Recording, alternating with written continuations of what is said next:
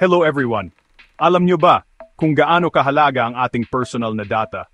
Sa video na ito, tatalakayin natin ang personal data integrity at ang mga simpleng hakbang para mapanatili ang seguridad nito.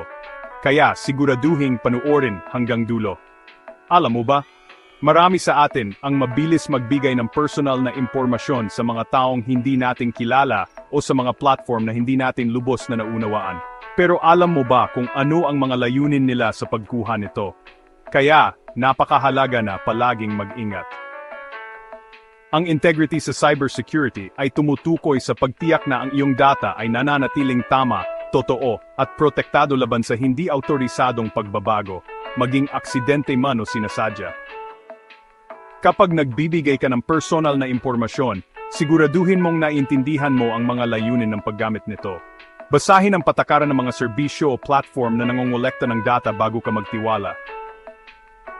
Ito ang dapat tandaan una, huwag magbigay ng impormasyon nang hindi nalalaman ng mga dahilan at layunin ng pagkolekta.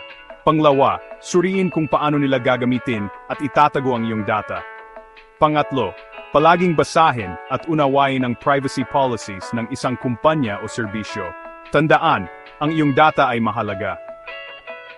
Kapag iniingatan ang personal data integrity, napoprotektahan natin ang ating sarili laban sa posibleng pang-abuso. Isa itong mahalagang hakbang para sa ligtas na digital na pamumuhay. Kaya simulan na ang pagiging mapanuri.